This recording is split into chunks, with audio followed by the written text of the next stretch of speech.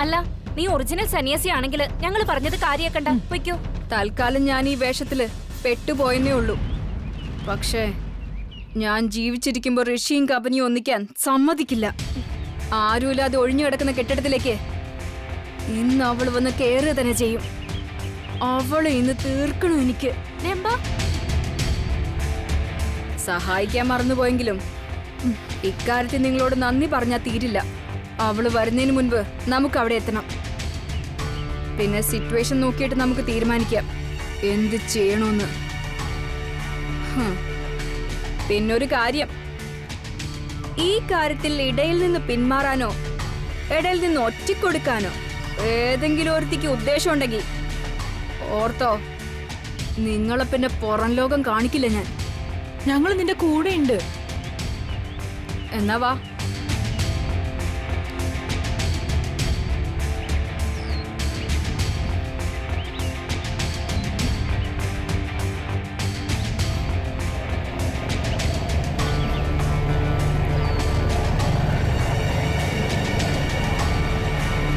Hi. Hi രംഭ. Rakesh, bike ഇവിടെ വെക്കണ്ട, അങ്ങോട്ട് മാറ്റി വെച്ചേക്ക്.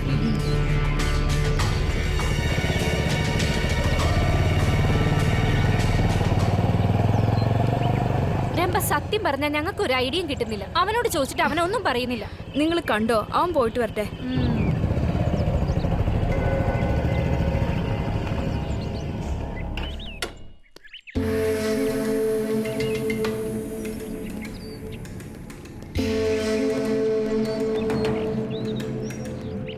രാകേഷ്, അല്പസമയം കഴിഞ്ഞ് കബനി ഇവിടെ വരും.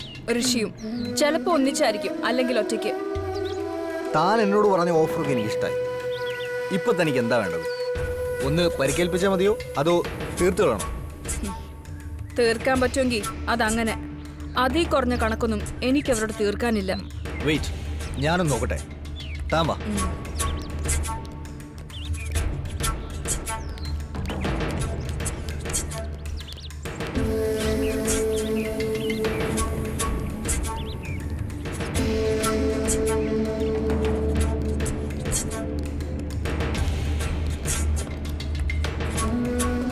രംഭ, ഇത് ലോക്ക്ഡൌൺ ആണല്ലോ. താൻ എന്ത് ചെയ്യാനാ ഉദ്ദേശിക്കുന്നേ? ഇപ്പൊ തൽക്കാലം ഒന്നും ഉദ്ദേശിച്ചിട്ടില്ല. പക്ഷെ ഇതിനേക്കാൾ വലിയ പൂട്ട് പൊളിക്കുന്നവനാ ഇവൻ.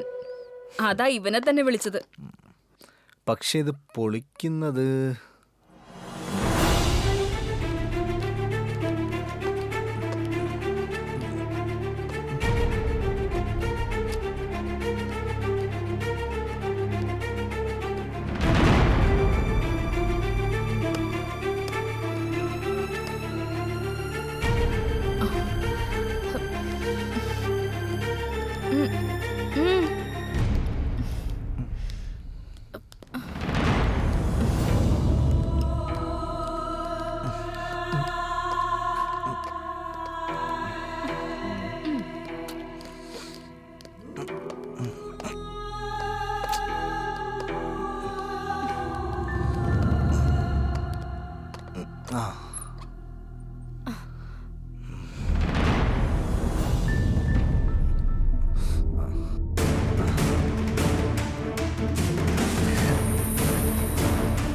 രംഭ, യു ആർ ലക്കി. ഒരു സ്ഫോടനം നടത്താനുള്ള മരുന്നിന്റെ കയ്യിൽ. എങ്ങനെ?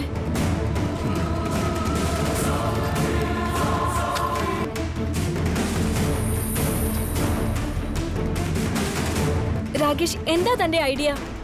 ആദ്യം താനൊന്ന് സൈലന്റ് ആവും.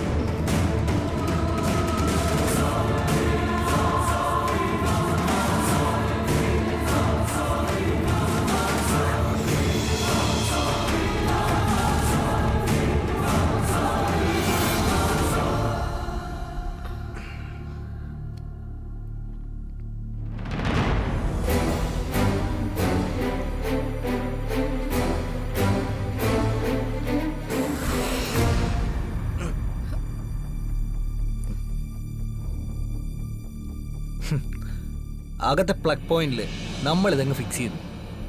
എന്നിട്ട് വെരി സിമ്പിൾ.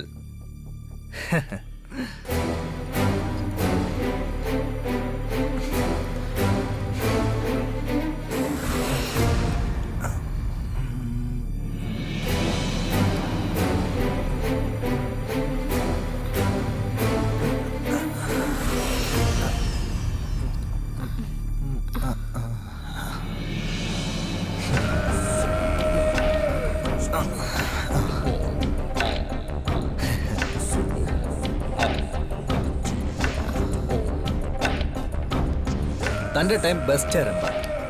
എല്ലാം പക്കയാണ്. ഇപ്പൊ കാര്യം മനസ്സിലായോ? Very simple.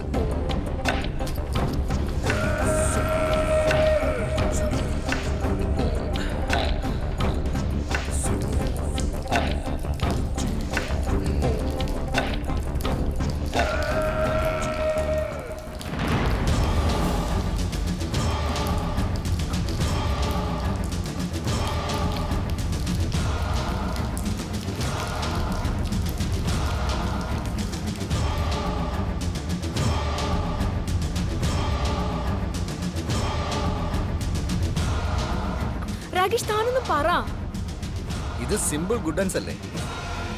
ഇനി നമ്മൾ ആ പ്ലഗിന്റെ സ്വിച്ച് ഒന്ന് ഓൺ ചെയ്താൽ ആ വെള്ളത്തിൽ കറണ്ട് വരും. അല്പം കഴിഞ്ഞ് കബനി വന്ന് ഈ കെട്ടിടത്തിലേക്ക് കയറിയാൽ അകത്തെ ഇരുട്ടൊഴിവാക്കാൻ അവൾ ആദ്യം അന്വേഷിക്കുന്നത് സ്വിച്ച് ബോർഡായിരിക്കും. ആ സ്വിച്ച് ബോർഡിനടുത്തേക്ക് വരുമ്പോ വെള്ളത്തിൽ ചവിട്ടണ്ടേ? ആ ഷോക്കുള്ള വെള്ളത്തിൽ ചവിട്ടിയാ അതിന്റെ സയൻസ് എന്താ?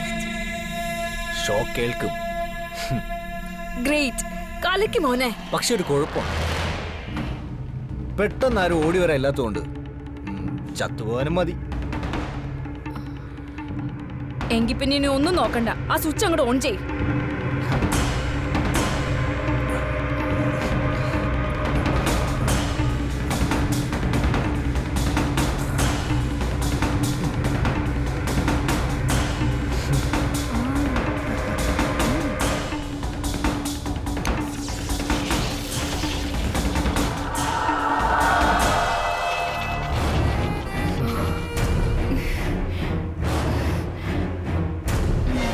കണ്ടോ, ഒരു ജീവന്റെ പെടച്ചിലിന് ഇത് ധാരാളം. ഇനി നമുക്ക് ഈ ജനൽ അടച്ചേക്കാം. കറണ്ട് ചതിച്ചില്ലെങ്കിൽ ഇത് ഉറപ്പായിട്ടും വർക്കൗട്ടാവും. ഭാഗ്യം കബനിയുടെ കൂടെ ആണെങ്കിൽ മാത്രം കറണ്ട് പോയെന്ന് വരാം. ഏയ്, ഇക്കാര്യത്തിൽ ഒരു പിഴവും വരില്ല. ഒരാളും നമ്മളെ സംശയിക്കത്തുമില്ല. ഈ കെട്ടിടത്തിൽ അവള് കേറിയ അവള് തീർന്നിരിക്കണം.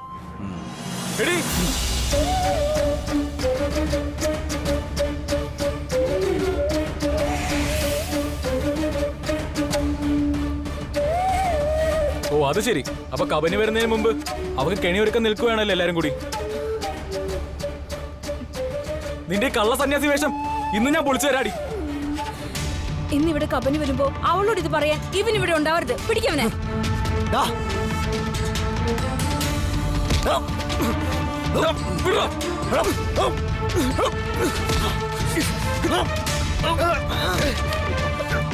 പിടിക്ക്.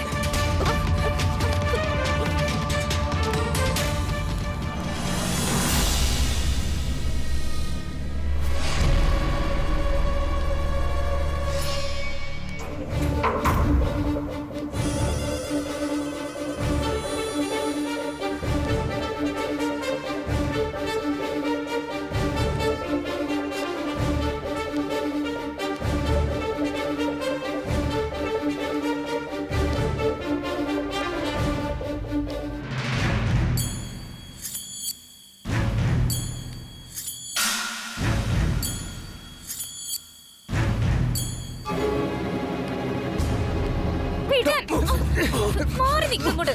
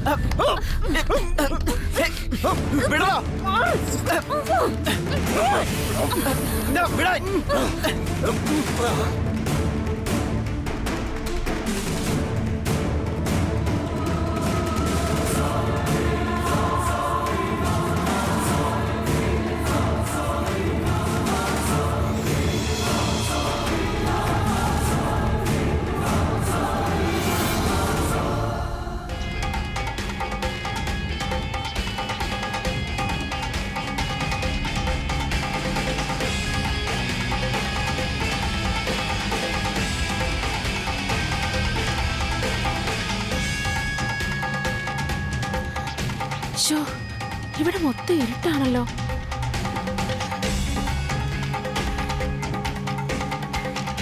ഇതിപ്പോ ഇവിടെ ലൈറ്റിന്റെ സ്വിച്ച്.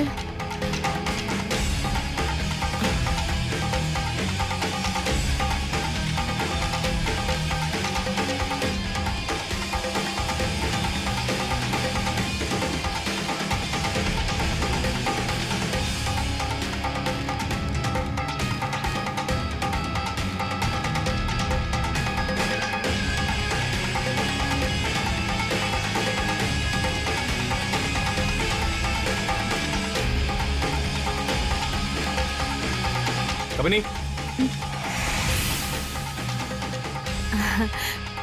സാറും വന്നോ? ഞാനേ ഇവിടുത്തെ ലൈറ്റിന്റെ സ്വിച്ച് ഇടാൻ നോക്കായിരുന്നു.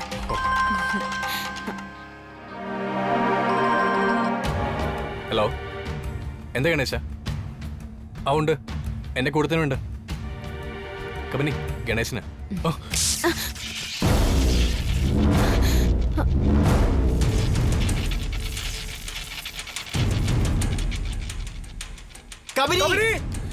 സർ സർ സാർ സാർ ഇതിനകത്ത് ഷോക്ക് ഉണ്ട്, പെട്ടെന്ന് പുറത്തേക്ക് വാ. വേഗം വാ. എന്താ സർ, കബനി അപകടപ്പെടുത്താൻ വേണ്ടി രംഭയും കൂട്ടുകാരും ചേർന്ന് ഷോക്ക് ഉണ്ടാക്കിയതാ. രംഭ? അതെ സാർ, അവള് ചെയ്യുന്നത് ഞാൻ കണ്ടതാ. എന്നെ ഒരു വാപത്ത് പിടിച്ചുകൊണ്ട് കൊണ്ടുപോയി. ഞാൻ വരുമ്പോഴേ അവരിവനെ മർദ്ദിക്കുകയായിരുന്നു. എന്താ ഋഷി? സാർ വാ.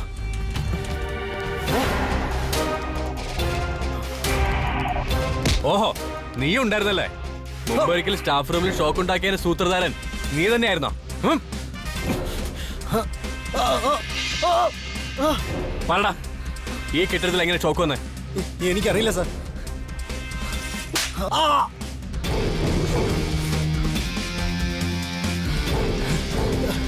ആരെ കൊല്ലാൻ നീ ഇത് ചെയ്തത്? ആര് പറഞ്ഞിട്ടാ ചെയ്തേ?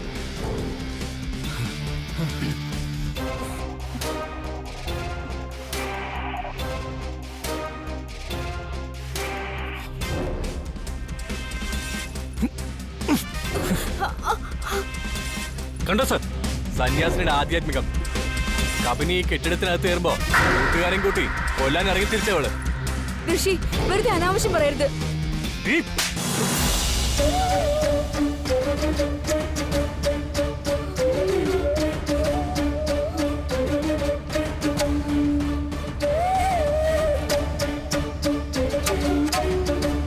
സാറേ, ആ ഷോക്കുള്ള മുറിയിലേക്ക് ഇവളെ കൊണ്ടു നേടും സാറേ.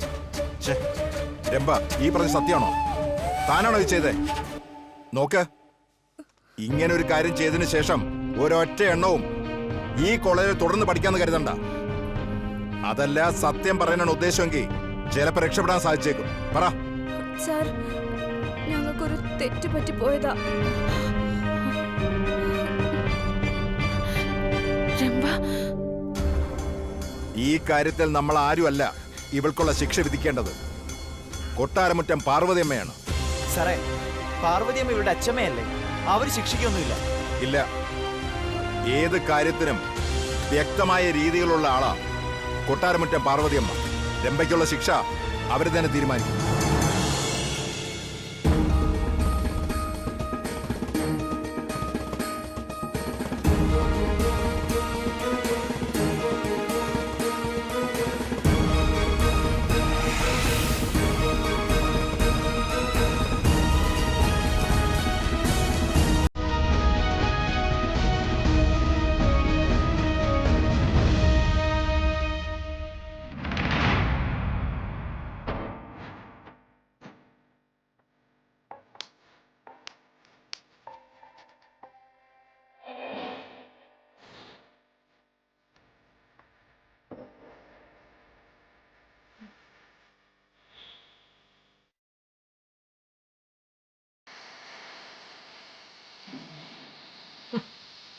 ഇക്കാലത്ത് ഒരുപാട് കുറ്റവാളികൾ ഒളിക്കാനുള്ള മറയായിട്ട് കാണുന്നതാണ് ഇപ്പൊ നീ ഇട്ടിരിക്കുന്ന വസ്ത്രം.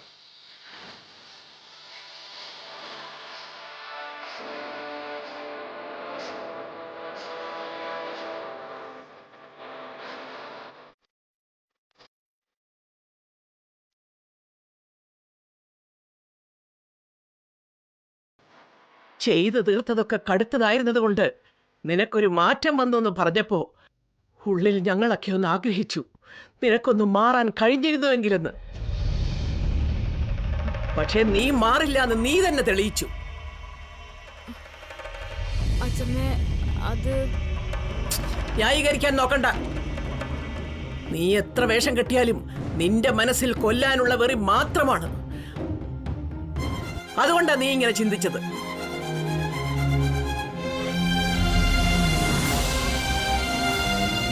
എങ്ങനെ കഴിയുന്നൊരു നിനക്കതൊക്കെ? മനുഷ്യത്വത്തിന്റെ ഒരു അംശം പോലും നിന്റെ മനസ്സിലില്ല. നിന്റെ മമ്മയും അമ്മാമ്മയും പഠിച്ചതല്ലാതെ എന്നെയോ എന്റെ അമ്മയെ നോക്കി പഠിക്കാൻ ഒരു കാര്യം പോലും നിനക്ക് തോന്നിയില്ലല്ലോ.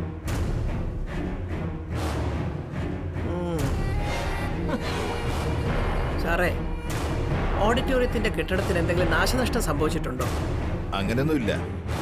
കൂടുതൽ അപകടം സംഭവിക്കാതിരുന്നത് എല്ലാവരുടെയും ഭാഗ്യം കൊണ്ട് മാത്രമാ. രംഭ, എന്താ കുട്ടി ഇങ്ങനെ കാണിക്കുന്നേ? ഇത്രയും ഉന്നത നിലവാരമുള്ളൊരു കുടുംബത്തിൽ എങ്ങനെയാ കുട്ടിക്ക് ഇങ്ങനെ ഒരാളാവാൻ പറ്റുന്നേ? മുത്തശ്ശി, എനിക്കും കബരിക്ക് നേരെ എന്തെങ്കിലും ആപത്തുണ്ടാവുമെന്ന് ഞങ്ങൾ മുമ്പേ തന്നെ പ്രതീക്ഷിത. മറ്റാരും രമ്പയുടെ മാറ്റം വിശ്വസിച്ചാലും ഞാനത് വിശ്വസിച്ചിട്ടില്ലായിരുന്നു. സംഭവം നടന്നത് കോളേജിൽ വെച്ചാണ്. ശിക്ഷ എന്ത് വേണമെന്ന് സാറിന് തന്നെ തീരുമാനിക്കാം. അതിപ്പോ പോലീസിൽ ഇൻഫോം ചെയ്യണമെങ്കിൽ അങ്ങനെ, അതല്ല കോളേജിന്റെ ഭരണസമിതിക്ക് ഒരു തീരുമാനമെടുക്കണമെങ്കിൽ അങ്ങനെ. മാനേജ്മെന്റിന്റെ ഭാഗത്തു നിന്ന് ഒരു എതിർപ്പും ഉണ്ടാവില്ല. അല്ലേ സൂര്യ? തീർച്ചയായും ഇക്കാര്യത്തിൽ മുഖം നോക്കിയൊരു നടപടിയില്ല. ന്യായം മാത്രമേ നോക്കാവൂ. ഞാൻ പറയുന്നത് കൊണ്ട് മറ്റൊന്നും തോന്നരുത്. ഒരു നടപടി എടുക്കുന്ന എനിക്ക് നിസ്സാരമായി ചെയ്യാൻ പറ്റും. പക്ഷെ നിങ്ങളുടെയൊക്കെ മുമ്പിൽ നിന്ന് അങ്ങനെ ഒരു തീരുമാനം എടുക്കാന്ന് വെച്ചാ. മോളെ കബനി, ഇങ്ങ് വാ. നീ കോളേജ് യൂണിയൻ ചെയർമാൻ അല്ലേ? എന്താ നിന്റെ തീരുമാനം? രംഭ മാറിയിരുന്നെങ്കിലെന്ന് ഞാനും ആഗ്രഹിച്ചിരുന്നു, മറ്റെല്ലാവരെയും പോലെ. എന്നെ കൊല്ലാൻ നോക്കുന്നതൊക്കെ ഇതിനു മുമ്പ് രംഭ ചെയ്തിട്ടുള്ളതാ. അതുകൊണ്ട് പ്രത്യേക ശിക്ഷ വേണമെന്നൊന്നും ഞാൻ പറയില്ല. പക്ഷേ എനിക്ക് ശിക്ഷിക്കാതിരിക്കാൻ പറ്റില്ല.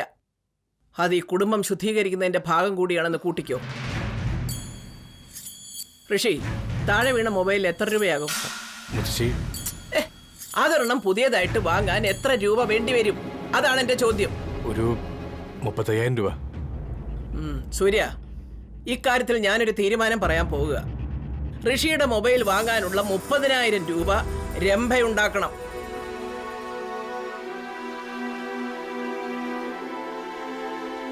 എന്ന് പറഞ്ഞാൽ കൊട്ടാരമുറ്റത്തെ സമ്പാദ്യത്തിൽ നിന്ന് എടുക്കാതെ ആ തുക ഇവള് ജോലി ചെയ്ത് സമ്പാദിക്കണം.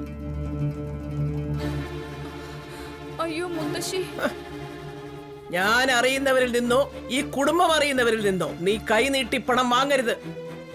നീ അധ്വാനിച്ചുണ്ടാക്കണം. ആ കടം നീയായിട്ട് വീട്ടിൽ തീരുമ്പോ ഇതിന്റെ ബാക്കി നമുക്ക് സംസാരിക്കാം.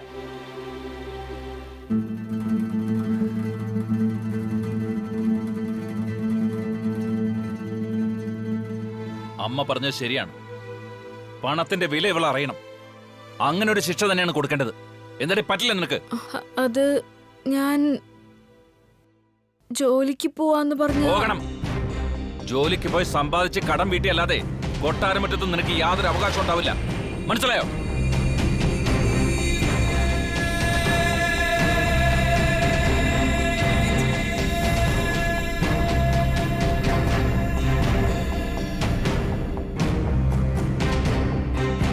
നന്നായി. ഇതൊരു മാതൃകാപരമായ ശിക്ഷയാണ്. രംഭ അത് അർഹിക്കുന്നു.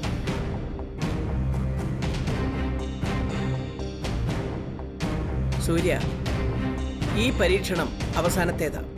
ഇതിലും കൂടി അവള് നമ്മളെ തോൽപ്പിച്ചാൽ അവളെ നമുക്ക് മറക്കേണ്ടി വരും മോനെ.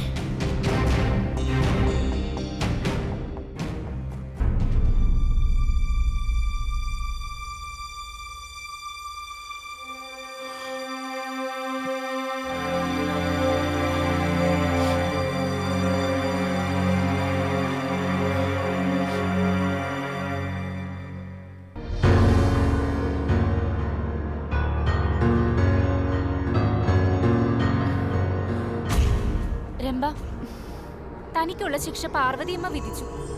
ഞങ്ങൾക്കൊക്കെ ഇനി എന്താണാവോ പ്രിൻസിപ്പൽ കരുതി വെച്ചിരിക്കുന്നത്. ആ കമ്പനിക്ക് എന്ത് നല്ല ഭാഗ്യമാണ്. അവൾക്കെതിരെ ഒന്നും ചെയ്തിട്ട് കാര്യമില്ല. അതെ, കാര്യങ്ങൾ വളരെ സീരിയസാ. ഇനി എനിക്ക് ഒന്നും പറഞ്ഞു പിടിച്ചു നിൽക്കാൻ പറ്റില്ല. 35,000 രൂപ നഷ്ടപരിഹാരം കൊടുക്കാതെ കൺമുന്നിൽ പോലും ചെല്ലരുതെന്ന അച്ഛമ്മ പറഞ്ഞിരിക്കുന്നെ. സിനി, നിന്റെ വീട്ടിൽ ചോദിച്ചാൽ അത്രയും കാശ് സംഘടിപ്പിക്കാൻ പറ്റുമോ? നീ എന്താ ഈ പറയുന്നേ? ഞാൻ വീട്ടിൽ ചെന്ന് പണം ചോദിച്ചാ ആരും തരില്ല. പിന്നെ കാരണം ചോദിച്ചാ എന്താ പറയാ? നിന്റെ ഏട്ടന് ബിസിനസ് അല്ലേ, ഒന്ന് സഹായിക്കാൻ പറഞ്ഞാ ചെയ്യില്ലേ? അടുത്ത മാസം നമുക്ക് തിരിച്ചു കൊടുക്കാം. ഏട്ടൻ എന്നെ ഓടിക്കും. ആ, ഞാനാ തെറ്റുകാരി. ഒഴിഞ്ഞു മാറിയ നിങ്ങൾ വന്ന് വിളിച്ചപ്പോ വീണ്ടും കൂട്ടിയാർന്നല്ലോ. നിങ്ങൾക്കൊക്കെ വേണ്ടിട്ട് ലക്ഷങ്ങൾ മുടക്കിയിട്ടുണ്ട് ഞാൻ. എന്നിട്ടൊരു 35,000 രൂപ ആവശ്യം വന്നപ്പോ എല്ലാരും കൂടി എന്റെ കാല് വാരുക.